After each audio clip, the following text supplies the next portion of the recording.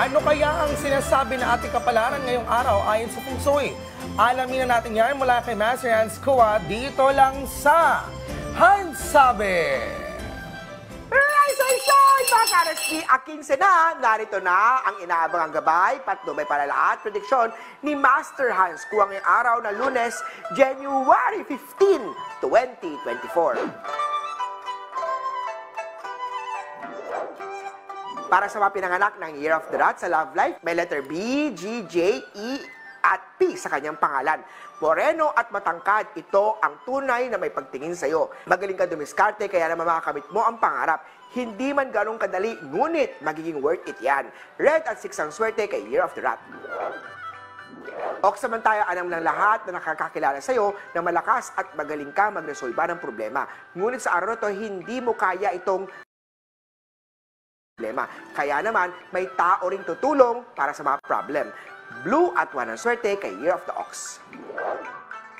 Tiger naman tayo kung pinakamaswerte ngayong araw. Maganda ang desisyon mo. Huwag ka na magdalawang isip. Maniwala at magtiwala. White at 19 ang swerte kay Year of the Tiger. Rabbit naman tayo, maganda ang pagpapalaki sa iyo ng magulang mo. Pagdating naman sa tamang pag-uugali at pagrespeto sa kapwa, kaya naman marami ang kaibigan na tutulong sa iyo.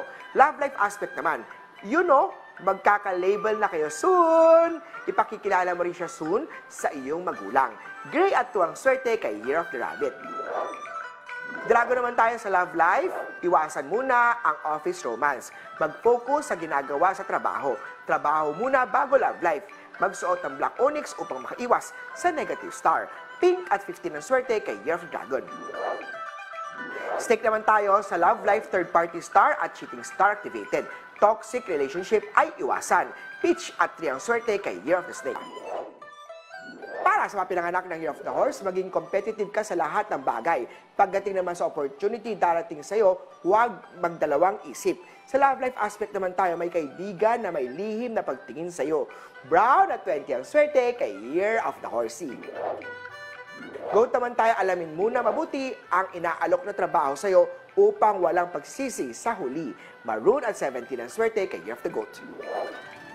Monkey, conflict day ngayong araw, money loss star. Pagdating ngayong araw, iwasan ang pagpautang sa taong walang kakayahan magbayad. Dapat i-memorize na yan. Aqua at 18 ang swerte kay Year of the Monkey. Rooster naman tayo, masayang pamilya activated sa mga problema ngayong araw. Walang ibang tutulong kung hindi ang sariling pamilya. Ang dati mong kaklase naman ang muling magpapatibok ng puso. Mag-display ng happy couple sa southeast direction ng bahay upang ma-enhance ang love sector. Orange at 11 ang swerte kay Year of the Rooster. Sa dog naman tayo, mag-focus muna sa career at sa negosyo. Hindi mo kailangan madaliin yan. I-enjoy ang bawat moment at magtiwala sa sariling kakayahan. Love life aspect naman, huwag ding madaliin ito.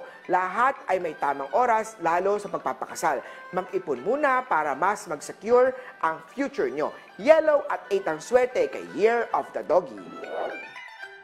At sa Year of the Pig naman, kahit na nasa malayong lugar ka na, ay mag-work pa rin yan. Masaya pa rin ang iyong buhay dahil makakatulong ka na sa pamilya. Purple at 19 ang swerte kay Year of the Piggy. Muli po, ito po yung mga gabay, patnubay palalaat, prediksyon lamang ni Master Hans. Tandaan na nasa inyong mga kamay nasa lalay ang inyong mga tagumpay. Sabay-sabay natin i-claim ang mga swerte, mga ka-RSP.